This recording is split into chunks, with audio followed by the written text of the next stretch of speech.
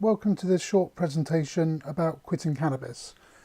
But before we start, I just want to say this is not a place for a debate whether cannabis is a good or bad thing, whether cannabis is addictive or not. This is just basically a video for people who are looking to quit cannabis. There are a number of excellent products on the market to help quit cannabis. If you visit my website www.quitcannabisforlife.com, you will find some of the best systems there which will really help you in your quest to quit smoking cannabis for life.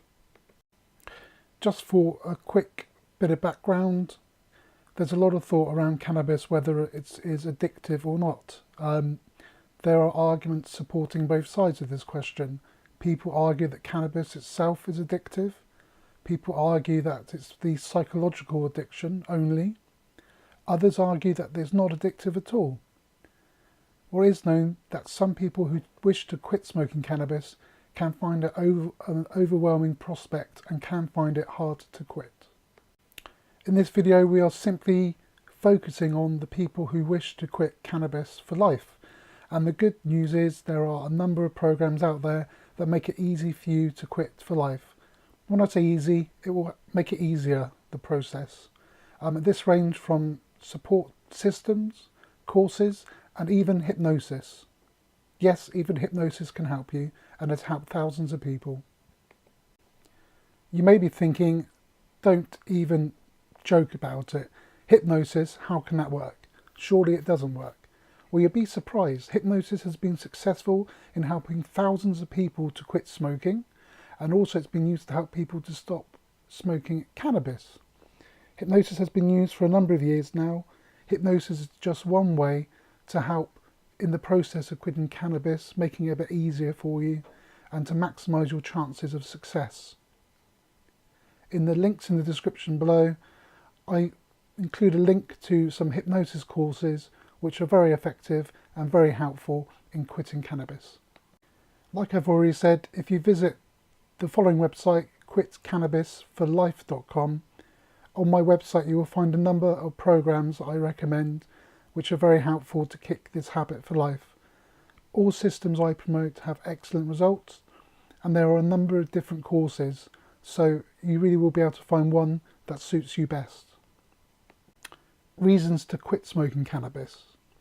It is important to remember when trying to quit smoking cannabis the short and long-term effects. This will help act as motivation for you. You will find many benefits in your journey of quitting cannabis for life.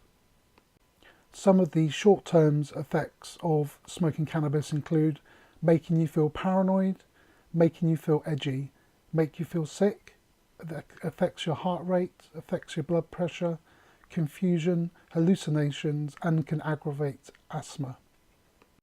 There are many long-term effects to smoking cannabis, and they can be grouped into the following: physical health problems, work problems, social problems, mental health problems. Note, this is not me saying this. This information comes from the charity Talk to Frank, who are experts in drug misuse. There are a number of physical health problems that come with smoking cannabis. And just a few of the examples include increased risk of throat and lung diseases like bronchitis and possibly even cancer, nicotine addiction if you smoke cannabis in joints, lower fertility, so it can be harder to have children. So the next area to look at is work problems. This can include doing badly at college or work because you can't concentrate on anything. You lose motivation, so you give up or you drop out. Next area to look at is social problems. This can include things like debt and money troubles, or losing interest in partners, friends, and leisure activities. The next category to look at is mental health problems that come with smoking cannabis. So this can be a psychological addiction. Around 10% of users have become dependent on cannabis. Forgetfulness, depression, anxiety and paranoia, risk of psychotic symptoms, increased risk of developing mental health problems, including schizophrenia. Using long-term cannabis like skunk might increase this risk. You might have mental health problems already, and you'd be more likely to have a relapse. So, as already stated, this information comes from the organisation Talk to Frank, and there's a nice quote here, and it says, most people say quitting or cutting back isn't as hard or as bad as they thought it would be, and they often only realise how much cannabis was affecting them until they actually stop. Imagine what your life will be like without cannabis can help you take the first step. So next, let's look at actually giving up cannabis. So there are a number of ways to go about quitting cannabis. You could go cold turkey, but the success rate is not as high when compared to when you use a system at the same time. And we'll look at a system in a minute. Think of it like trying to quit cigarettes. Going cold turkey is hard. This is why nicotine replacement gum and patches play such an important role in quitting cigarettes.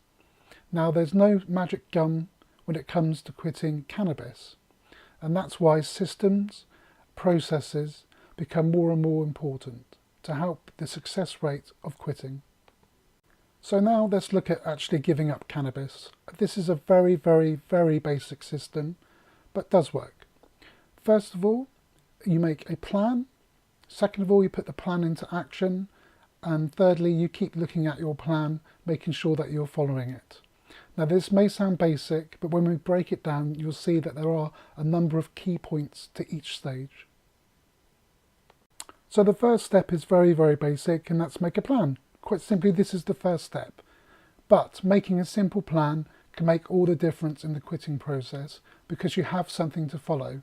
You're not just going about it haphazardly. You're actually sitting down and making key decisions about how to quit smoking cannabis. So let's look at an example of a plan. So week 1, pick a date to start. That's the first stage, actually physically picking a day where you can say, yes, this is the day where I'm going to stop smoking cannabis. And ideally, you want to be thinking 30 days ahead of yourself. That's how long generally you need to put this plan into action for, 30 days. Now, you can seek support from family or friends. You can even get advice from your family doctor. You can create an action plan and you can carry out this plan. And also you can create a list of reasons why you want to quit. So you can glance at it and remember your reasons. And these reasons may include things like social reasons, family, financial, legal, or even personal. So you're moving on to week 2 now. And you simply carry on carrying out your plan. You keep looking at it, keep reviewing it, making sure that you're keeping yourself on course. Things like reducing the amount of cannabis smoked in the week will be a positive step to help yourself. Maybe even rewarding yourself at the end of each day where you have been successful in not smoking cannabis. So we're moving to week 3 now, very similar to week 2. Carry out your action plan. Keep reviewing your action plan to make sure that you're making best use of it and you're really helping yourself. Again, reduce the amount of cannabis smoked in a week and doing it bit by bit. Instead of going cold turkey, you will find yourself being more successful. And again, reward yourself at the end of each day.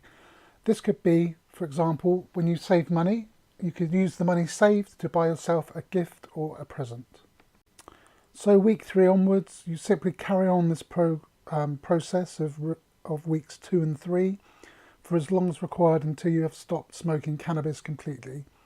You should aim to quit cannabis completely within a 30-day period. So by reducing the amount you smoke each day, by day 30, you should not be smoking any cannabis at all. So I've said action plan a number of times now. What do I mean by this? Well, things like don't overdo it, reduce the amount of cannabis you use over a period of time. Don't try to do it all in one go. Little things like don't buy bulk, only buy small amounts at a time to avoid the temptation to smoke large amounts. So only buy the small amount which you need whilst you're reducing the amount of cannabis smoked. Avoid buying stronger stuff. Remember, take your time and reduce the amount you smoke.